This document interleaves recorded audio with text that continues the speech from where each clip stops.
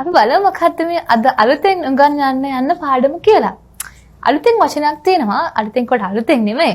අපි ඉදිරියදා ජීවිතයේදී සාමාන්‍ය සිට තාමත් උදේ ඉඳලා මම තාමත් මෙහෙම කරනවා. උදේ ඉඳලා තාමත් මම පාඩම් කරන ගමන් ඉන්නේ කියලා කියනවා.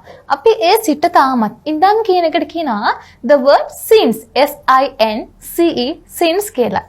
මේක කිව්ව ගමන් ඔයාලට සමහර සින්දුවකුත් මතක් වෙනවා. මොකද්ද?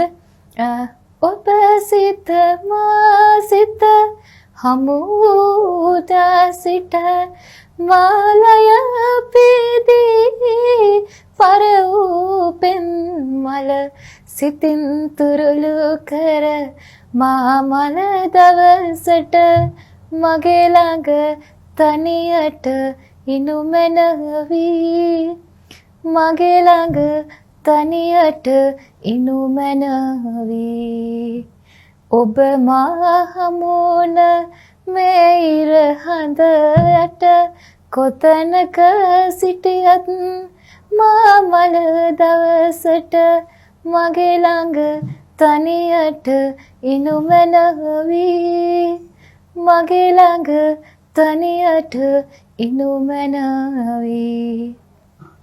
හොඳයි. මොකද්ද මේ ඔබ මා හමු වුණ මේ ඉර හඳ යට කොතැනක සිටියත් මා මල දවසට ඉනුමැනවි. අතීතයේ පටන්ගත් ක්‍රියාවක් තවමත් නොනවත්වා වෙන ටෙන්ස් එකක් අපි දන්නවා. සාමාන්‍ය ටෙන්සස් ගැන අවබෝධයක් තියෙනවා නම් මතක් වෙන්න ඕනේ. අතීතයේ පටන්ගත් ක්‍රියාවක් තවමත් නොනවත්වා කරනවා නම් මම උදේ ඉඳලා පාඩම් කරන ගමන් ඉන්නේ. මම ඊයේ රෑ ඉඳලා ඉංග්‍රීසි පාඩම් කරන ගමන් ඉන්නේ. මම අද උදේ ඉඳලා කන ගමන් ඉන්නේ. අපි එහෙම කියන අවස්ථා තියෙනවා. අපි ඒ පදයට පාවිච්චි කරනවා since කියන පදය.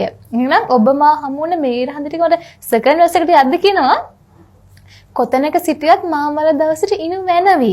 ඒ කියන්නේ මේ දෙන්න හම්බ වෙලා අතීතයේදී හම්බ වෙලා ඒ කියන්නේ ජීවිතාන්තය දක්වා මේ දෙන්න එකට ඉන්න කියලානේ කියන්නේ.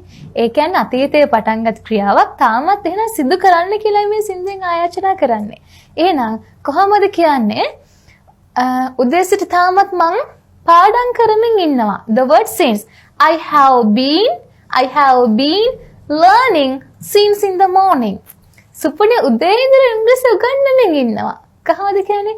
සුපුනි has been. සුපුනි කියන්නේ singular noun එකක් නිසා අපි සුපුනිට ගන්නේ has කියන පදය. සුපුනි has been teaching English since in the morning. එතකොට මේ since කියන පදය පාවිච්චි කරන්නේ ඉඳන් ඒ වගේම සිට තාමත් උදේ ඉඳලා තාමත් ඊරා ඉඳලා තාමත් ගිය අවුරුදු ඉඳලා තාමත් අන්න ඒ වගේ අවස්ථාවලදී අපි මේ since කියන පදය පාවිච්චි කරන්නේ. එහෙනම් කොහොමද කියන්නේ? ශෂි ගිය මාසෙ ඉඳලා තාමත් රට යන්න try කරමින් ඉන්නවා. ඒ කියන්නේ මේ ගිය මාසෙ ඉඳලා තාම try කර ඉන්නවා. තාම ගිහින් නැහැ. එහෙනම් මොන යම් මොහොතක එයාට යන්න සිද්ධ වෙනවා. එහෙනම් කොහොමද කියන්නේ? ශෂි has been trying to go to abroad since last month. Shashi has been trying to go to abroad since last month. ගිය මාසෙ ඉඳලා තාමත් ශෂි පිටරටකට යන්න උත්සාහ කරමින් ඉන්නවා. එහෙනම් කොහොමද කියන්නේ?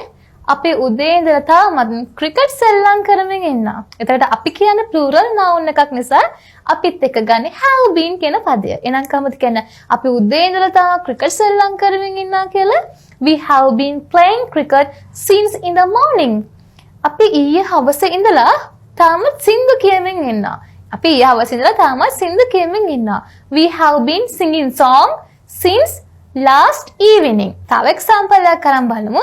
මම ගිය අවුරුද්දලා තාමත් ඉංග්‍රීසි පාඩම් කරමින් ඉන්නවා. I have been studying English since last year. එහෙනම් ඔයාලට පුළුවන් මේ since කියන පදය S-I-N-C-E since කියන පදය යොදලා ඔයාලා කරපු දේවල් අතීතයේ පටන්ගත් ක්‍රියාවක් තාමත් නොනවත්වා සිද්ධ කරනවා නම් මේ පදය පාවිච්චි කරලා කතා කරන්න. So if you wanna watch more videos like this, subscribe englishteacher.lk. So comment කරන්න, like කරන්න, share කරන්න.